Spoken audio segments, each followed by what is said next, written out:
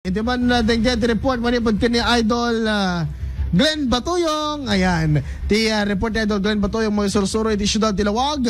Idol ko si Teacher 2025 ti IFM Lawag. At yung man ti report IFM News. IFM News. IFM News. Lokal. Napalaos ti panagyaman ni Mrs. Janet Altero, kalpasan nga inuminar isuna ni Mr. John Paulo Laureta, dating estudyante na iti daycare, iti barangay 18 Lawag City. Akas idol ko si Teacher 2025. Kuna ni John Paulo ang napili na ti mestra nagaputa isuna, ti imuna nang isuro ken kwa na, iti pagadalan ken nang ibati ti core values ana emula ti panunot na sipud idi ubing isuna. Iti ubing namin sir, iti malagip ko ket ni ma'am ket that is very disciplined, very collected suna po.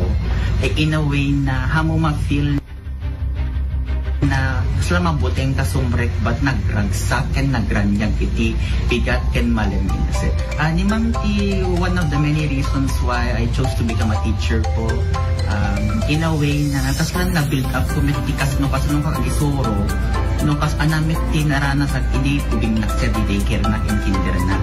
Dapat naanos ka ti ubing, dapat awatin misuna kasi ubing dapay lang, hampay na fan dapay fully developed, intindihin na siya na pagkagkapon da sir, ken ti pinaka-importante ket sika ti mestro kadet at sikat mestro iti classroom, sika dapat iti second parent daan.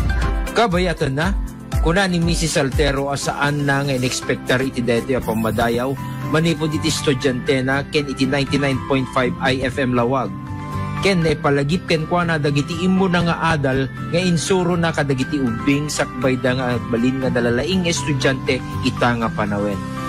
No ti service ni Sir Values. Values na kasi ti sorsorong kadakaba. Ken nagitay dagangay nga ubra and ti balay ti Nelson. Ti toileting, washing their hands, brush their teeth.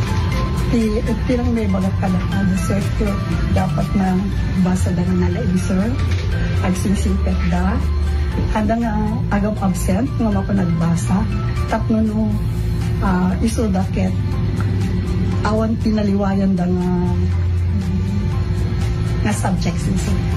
May naigiti dito iket nagyaman met dagiti pan nakabagiti 99.5 IFM Lawag kadagiti amin ang nakipagpaset iti daytoy nga aktibidad. Para iti IFM News, Idol Glenn Batuyong, Tatak, RMN.